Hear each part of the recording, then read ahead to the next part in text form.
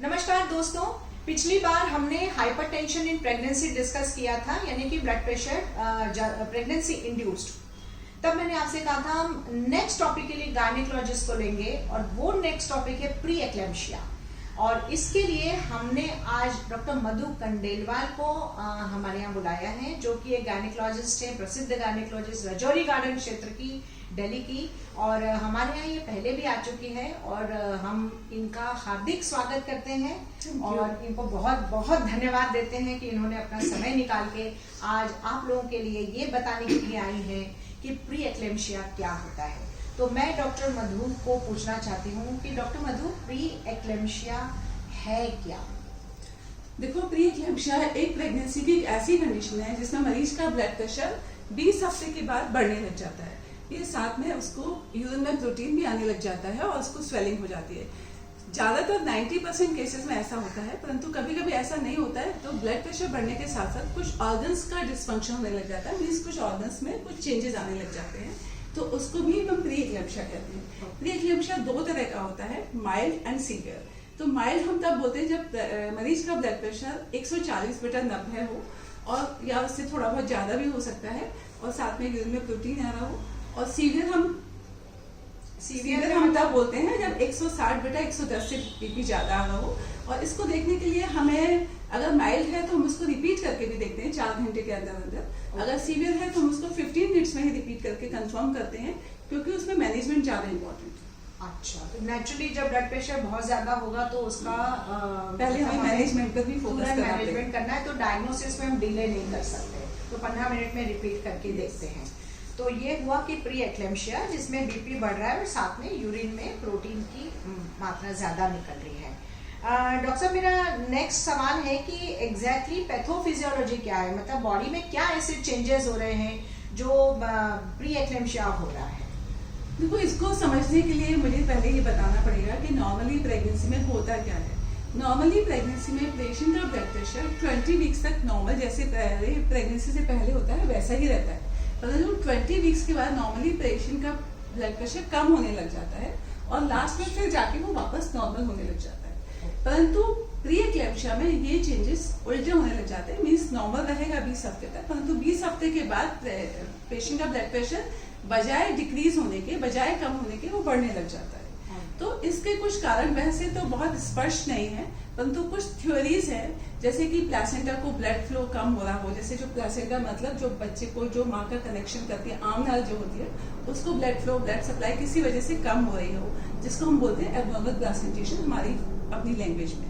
दूसरा, कुछ blood vessels का ऐसा कुछ इफेक्ट होता है कि वो सिकुड़ने लगती हैं या उनका प्रॉपर फैलाव नहीं हो पाता है, उसकी वजह से भी प्री एक्लेम्शिया होता है।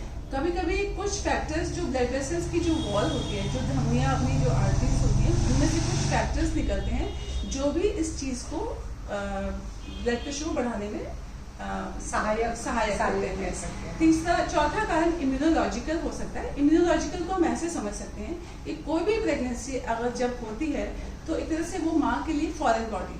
ओह ग्रेट, मतलब हाँ सही बात है, माँ के लिए फॉरेन बॉडी है, बेबी अंदर आता है। तो नॉर्मली बॉडी में एडजस्टमेंट होते हैं ताकि उस फॉरेन बॉडी को वो 9 महीने तक रख पाए, परंतु कुछ कंडीशंस में ये एडजस्टमेंट नहीं हो पाते, या कभी कभी ऐसा होता है कि आपको जैसे मल्टीपल प्रेगनेंसी है, ट्विन प्रेगनेंसी है, कि आपको फॉरेन बॉडी ज्यादा मिल रही है तो बॉडी उतना रिस्पॉन्स नहीं कर पाती है, तो उस कंडीशन में भी इस तरह के चेंजेस होने लग जाते हैं। कुछ कारण जेनेटिक होते हैं और अभी कुछ जो रिसेंट जो रिसर्च होने लगी है उनमें पाया गया है कि कुछ जीन्स हैं जो इन्वॉल्व जो पॉजिटिव होते हैं इन कंडीशंस में, जिनको प्री एक्लेम्शिया होता है।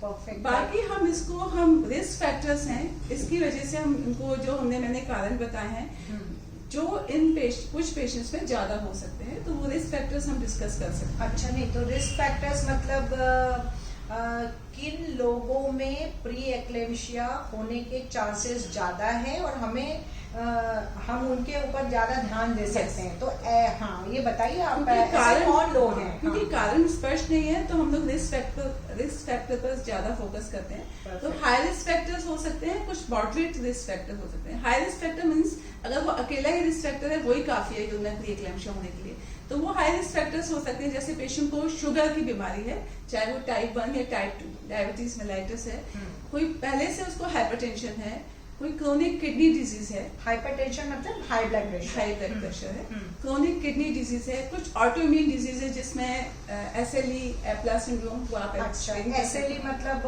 आपने जिसमें शायद कुछ चेहरे केसेस पर- में सुना होगा बटरफ्लाई रैशेज आ Yes, जाते हैं yes, yes. और ऑटो इम्यून मतलब आपने कोविड पीरियड में आपने बहुत देखा है केसेस की ऑटो इम्यूनिटी अफेक्ट होती है, मतलब बिल्कुल, हमारी बिल्कुल। ही बॉडी के जो हमारी ही बॉडी के अगेंस्ट रिएक्ट करने लगती है, तो मल्टीपल ऑर्गन्स इन्वॉल्व होते हैं। तो ऐसी अगर बीमारियां हैं किसी को तो उनमें जैसे थ्रोम्बोफिलियाज है, हाँ। और जिस पेशेंट को पहले भी एक्लेम्शिया हो चुका है तो वो भी एक हाई रिस्क फैक्टर है। अच्छा कुछ मॉडरेट रिस्क फैक्टर्स है। मॉडरेट रिस्क फैक्टर्स मींस जिसका फैमिली हिस्ट्री प्री एक्लेम्शिया की, मींस पेशेंट को नहीं हुआ है, उसकी फैमिली हिस्ट्री है, या वो बहुत ओबीस है जिसका BMI मोर देन 35 है, ओबीस मींस मोटापा ज्यादा है, हाँ। जिसमें प्रेगनेंसी का इंटरवल बहुत लंबा हो गया है, मोर देन 10 years, अगर पहली प्रेगनेंसी और दूसरी प्रेगनेंसी में 10 साल का भी से ज्यादा का डिफरेंस है, तो जो अपना जो बॉडी है वो उस प्रेगनेंसी को एक तरह से पहली प्रेगनेंसी की तरह डील करती है।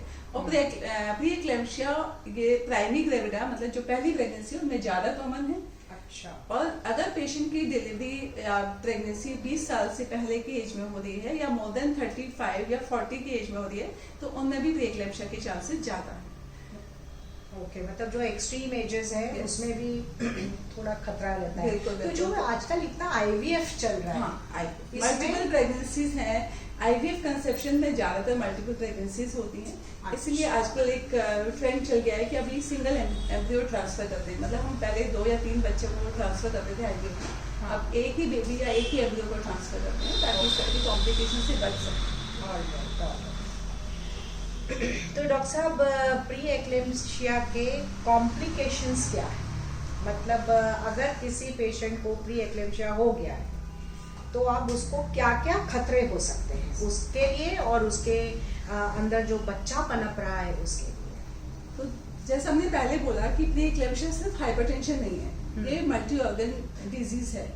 तो सबसे पहले तो प्री एक्लेम्शिया कभी भी एक्लेम्शिया में कन्वर्ट हो सकता है। एक्लेम्शिया जिसमें मरीज को दौरे पड़ने लग जाते हैं, अच्छा जैसे मिर्गी के दौरे होते हैं ना, ऐसे दौरे पड़ने लगते हैं, उसको एक्लेम्शिया एक्लेम्शिया कहते बोलते हैं। हैं। ओके। एक्लेम्शिया बोलते हैं। पेशेंट को लिवर का प्रॉब्लम हो सकता है, मींस लिवर के जो कैप्सूल होता है लिवर का उसमें सूजन आ सकती है, उसकी वजह से लिवर कई बार रप्चर हो सकता है, कई बार उसमें ब्लीडिंग हो सकती है, ये सब भी एक बहुत बड़ा कॉम्प्लिकेशन है। ठीक है।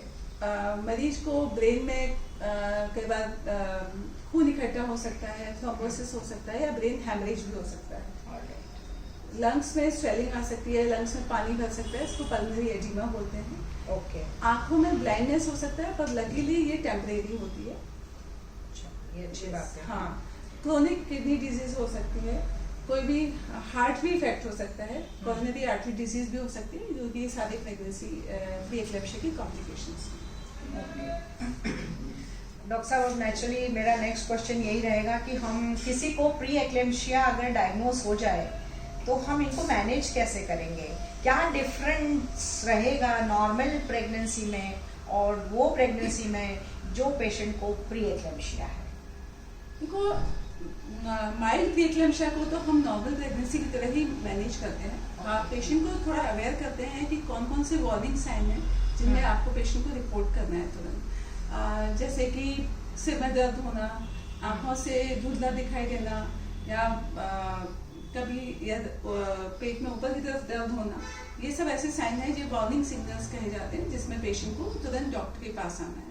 या पेशेंट को कोई अचानक ब्लीडिंग हो जाए, इसके बाद क्या होता है कि प्लेसेंटा अपनी जगह से हट जाता है क्योंकि ब्लड प्रेशर ज्यादा होता है, तो प्लेसेंटा एक तरह से इसको आंगन का फटना बोलते हैं। तो डॉक्टर साहब मुझे लगता है थोड़ा सा लाउडली बोले आप, ओके, सुनाई ओके। देने में शायद दिक्कत नहीं कीजिए, आप थोड़ा सा आगे आ जाइए, मैडम के ऊपर फोकस करिए। हाँ हाँ जी हाँ प्लीज। तो हम माइल्ड प्री एक्लेम्शिया को हम नॉर्मल प्रेगनेंसी की तरह मैनेज करते हैं, परंतु हम कोशिश करते हैं कि 37-38 वीक्स तक उसकी डिलीवरी करा दें, क्योंकि अगर हम इसको ट्रीट नहीं करेंगे तो इसके कॉम्प्लिकेशंस होने के चांसेस तो रहेंगे ही रहेंगे, क्योंकि जब तक बीपी ठीक नहीं हो रहा है तब तक ऐसा नहीं है कि हम आराम से बैठ सकते हैं कि हाँ वही पेशेंट है तो ठीक ही रहेगा। सीवियर प्री एक्लेम्शिया में हमें देखना पड़ता है कि मरीज का जेस्टेशनल एज कितना है, मीन्स बेबी का मैच्योरिटी कितनी है और मरीज को क्या कॉम्प्लिकेशंस हो रहे हैं, हमें उसके अकॉर्डिंग उसको स्टेबलाइज करके वो मैनेज करना होता है। पर अगर कोई कॉम्प्लिकेशन डेवलप हो गया है तो इसमें हमें ये नहीं देखना है कि क्या बच्चे को हम कितना उसकी मैच्योरिटी है, हमें उसकी डिलीवरी करानी ही करानी। मतलब एक तरह से जब हम डिलीवरी कराएंगे वही इलाज है, वही इलाज है। बिकॉज ये प्रेगनेंसी की वजह से कंडीशन हो रही है, तो प्रेगनेंसी का जब प्रेगनेंसी का टाइम पूरा हो जाएगा या प्रेगनेंसी डिलीवरी हो जाएगी तो अपने आप इसका ऑटोमेटिकली ट्रीटमेंट हो जाता है। तो एक तरह से मतलब मैं ये समझ रही हूँ एज अ ले पर्सन कि जब आपको प्री एक्लेम्शिया है तो आपके फॉलो अप बढ़ जाएंगे, डॉक्टर के पास विजिट बढ़ जाएंगे, आपके थोड़े बहुत अल्ट्रासाउंड भी एक्स्ट्रा होंगे।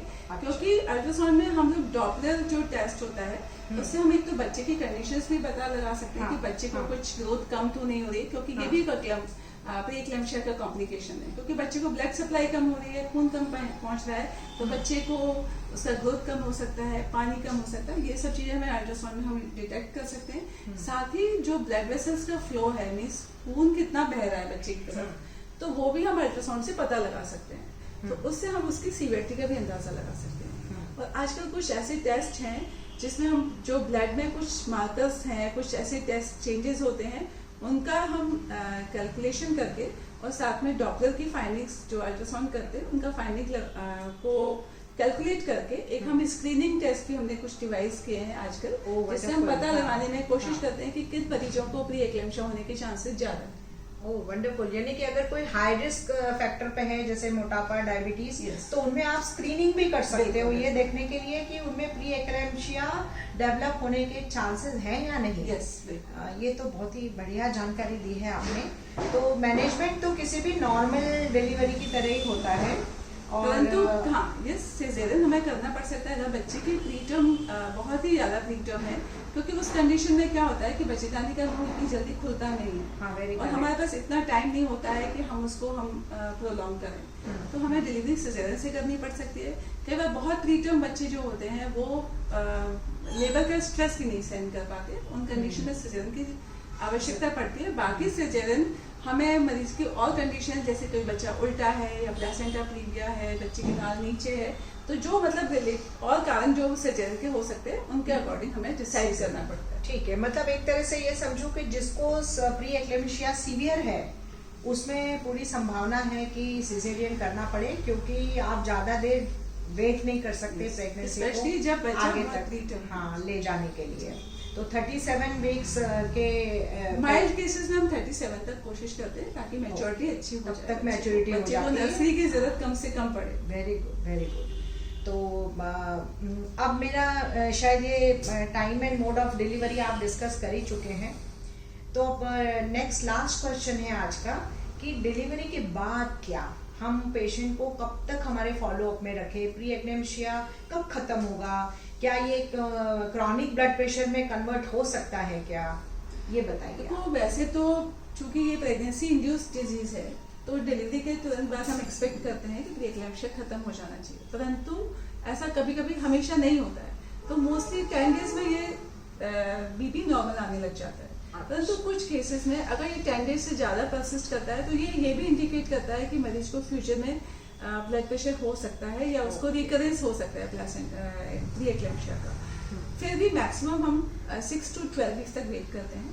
अगर इसके बाद भी अगर पेशेंट को बीपी नॉर्मल नहीं होता है तो वो नेचुरली एक क्रोनिक हाइपरटेंशन। तो मेरे दोस्तों ये मत भूलिएगा कि डिलीवरी खत्म हो गई, बच्चे के साथ खुशी खुशी घर चले गए, मिठाई बांट ली तो सब भूल जाए, जी नहीं, अपने गायनेकोलॉजिस्ट के साथ फॉलो अप में रहिए आप, ठीक है। हाँ वो बहुत जरूरी है, क्योंकि बीपी पूरे महीने तक आपको चेक करना पड़ेगा जब तक नॉर्मलाइज नहीं हो जाए। और अगर उसके बाद भी बीपी बना रहता है तो इसका मतलब आपको हाई ब्लड प्रेशर की बीमारी भी है, तो उसका भी अप्रोप्रिएट इलाज करना पड़ेगा। और आई थिंक हमने सारे पॉइंट्स बहुत बखूबी कवर कर लिए हैं। बाकी यहाँ पर मैं ये ऐड करना चाहूंगी कि हम लोग प्राइमरी प्रिवेंशन के लिए पेशेंट को ये एडवाइस करते हैं कि अपना वेट ऑप्टिमम रखें। डॉक्टर साहब एक मिनट में यहाँ टोकूंगी आपको, प्राइमरी प्रिवेंशन क्या है पहले ये बता दीजिए। देखिए प्राइमरी प्रिवेंशन का मतलब ये है कि हम जो पहले से प्रिवेंट कर पा रहे हैं, कोई चीज को बीमारी होने से पहले प्रिवेंट कर रहे हैं, तो उसमें तो हम ये पेशेंट को एडवाइस करते हैं कि वेट उनका ऑप्टिमम हो, वेट बहुत ज्यादा नहीं हो, प्रेगनेंसीज के बीच में गैप बहुत लंबा भी नहीं हो, और अगर बहुत जल्दी और बहुत लेट प्रेगनेंसी प्लान करने से बचे, मल्टीपल पार्टनर से बचे, क्योंकि ये भी इम्पोर्टेंट है कि जब लिमिटेड एक्सपोजर ऑफ स्पर्म्स होता है उसमें भी एक्लैम्पशिया के चांसेस ज्यादा होते हैं। जैसे कि अनलिमिटेड हो तो, अगर लिमिटेड पीरियड्स के लिए हो। अच्छा, लिमिटेड पीरियड्स के लिए, हाँ। और क्योंकि ये देखा गया है कि कोई पेशेंट मल्टी ग्रेविडा है जिसके पहले बच्चे हो चुके हैं, उसका कोई न्यू पार्टनर से कोई प्रेगनेंसी होती है तो उसमें भी प्री एक्लैम्पशिया के चांसेस ज्यादा होते हैं। बिल्कुल करेक्ट। तो be honest with your partner and this is how you should go about, and avoid smoking and alcohol हाँ and okay, that's it. And और कोशिश करें अगर ज्यादा शुगर है तो वो प्लीज कंट्रोल Yes. करके ही प्रेगनेंसी प्लान करें। और अगर आपको पहले से ब्लड प्रेशर है तो आपको कंसीव करने के पहले, यानी ये सोचने के पहले कि मुझे प्रेगनेंसी जब आप प्लान कर रहे हो तो आपकी दवाइयां भी चेंज करनी पड़ेगी, Yes. जो कि यहाँ पे प्रेगनेंसी में मैं- सेफ रहेंगी। चूंकि हम लोग सिर्फ प्री एक्लैम्पशिया की बात कर रहे थे, हम इसको एक कैटेगरी में बोलते हैं hypertensive disorders of pregnancy. Perfect. और इसमें 4 चीजें होती हैं। क्रोनिक हाइपरटेंशन मींस बच्चे को, पेशेंट को पहले से ही ब्लड प्रेशर है, प्रेगनेंसी होने से पहले ही उसको ब्लड प्रेशर ज्यादा है। सेकेंड इज प्री एक्लैम्पशिया मींस वो 20 हफ्ते के बाद अगर पेशेंट को ब्लड प्रेशर बढ़ा है तो उसको प्री एक्लैम्पशिया बोलते हैं। कुछ कंडीशंस होती है जिनको पहले से ब्लड प्रेशर है परंतु साथ में प्री एक्लैम्पशिया भी हो गया। अच्छा, ठीक तो है। इसको बोलते हैं कि chronic hypertension super impose with pre eclampsia. And fourth is the gestational hypertension. वो एक लेट प्रेगनेंसी में कंडीशन होती है जिसमें सडनली पेशेंट का ब्लड प्रेशर बढ़ जाता है, उसमें एडीमा और ये सब चेंजेस नहीं होते हैं। तो ये थोड़ा लेट प्रेगनेंसी में होता है और ये थोड़ा ट्रांजिएंट फेज होती है, परंतु इक्वली इसको भी मैनेज उतना ही तरीके से करना चाहिए जितना हम प्री एक्लैम्पशिया को मैनेज करते हैं, क्योंकि कॉम्प्लिकेशन किसी में भी हो सकती है। मतलब मुद्दा ये है कि बीपी स्ट्रिक्टली कंट्रोल में चाहिए। और जिन पेशेंट को क्रोनिक हाइपरटेंशन है, जिनका बीपी पहले से ज्यादा है, तो उनका ये हमें एश्योर करना होता है कि पेशेंट को सिंगल ड्रग से अगर वो कंट्रोल हो रहा है तो हमें उसकी मेडिसिन चेंज करनी होती है। सपोज कि वो किस तरह की दवाई खा रहा है जो प्रेगनेंसी में सेफ नहीं है, तो पहले हमें चेंज करनी होती है। दूसरी ये होता है कि अगर पेशेंट को मल्टीपल ड्रग से कंट्रोल नहीं हो रहा है या ब्लड प्रेशर उसका जो नीचे का ब्लड प्रेशर है 110 से नीचे नहीं आ रहा है, इवन हम बहुत सारी दवाइयाँ दे रहे हैं, या उसका सीरम क्रेटिनिन 2 ग्राम से ज्यादा है, मतलब किडनी फंक्शन। यस। और तो ऐसी कंडीशन में, और या पेशेंट को कोई एमआई पहले हो चुका है या कोई ब्रेन का हैमरेज हो चुका है, तो ऐसे पेशेंट को हम यूजुअली सलाह देते हैं कि प्रेगनेंसी प्लान करने से बचें, क्योंकि उनका सेफ्टी प्रोफाइल थोड़ा बहुत वीक हो जाता है। ओके, ये भी एक बहुत अच्छी मतलब आपने बात कही। और आई थिंक आपके अगर और आप कुछ अपने 2 शब्द कहना चाहते हैं तो बताइए। मैं बस ये बोलना चाहूँगी कि प्री एक्लैम्पशिया को बहुत हल्के में ना लें। ये ना सोचें कि हमारा तो बीपी दवाई से कंट्रोल चल रहा है, वो कभी भी आपको उसके जो वार्निंग साइंस हैं उन पर ज़्यादा फोकस करें, अपने डॉक्टर के पास रेगुलर विजिट दें और जो वो टेस्ट एडवाइस करें वो करें। बिकॉज पेशेंट कई बार टेस्ट उनको लगता है कि हमारे टेस्ट कुछ ज़्यादा ही हो रहे हैं, तो इस कंडीशन में ये इम्पॉर्टेंट है कि हमें यूरिन का टेस्ट और blood pressure mostly every visit पर ही होना चाहिए, ताकि हमें पता चल जाए कि प्रोटीन तो नहीं आ रहा है यूरिन में या ब्लड प्रेशर कितना बढ़ रहा है। ब्लड प्रेशर तो हम नॉर्मली चेक करते हैं, पर यूरिन का हम लोग गवर्नमेंट में तो रेगुलर बेसिस पे होता है, हर विजिट पे होता है। प्राइवेट में थोड़ा हम लोग इसको शेड्यूल कर देते हैं अपने अकॉर्डिंग। नहीं, पर मतलब ये है कि आपने जो भी डॉक्टर आपके टेस्ट बोले समय पे वो करवाइए ताकि आप कॉम्प्लिकेशन से बचे रहेंगे। बहुत बहुत धन्यवाद डॉक्टर मधु आपका। Thank you. और आज आपने इतना अच्छा हम लोगों को समझाया प्री एक्लैम्पशिया। आई होप आप लोगों को भी समझ में आया होगा। एंड मैं डॉक्टर सीमा काले with doctor Madhu Khandelwal signing off for today. धन्यवाद। जय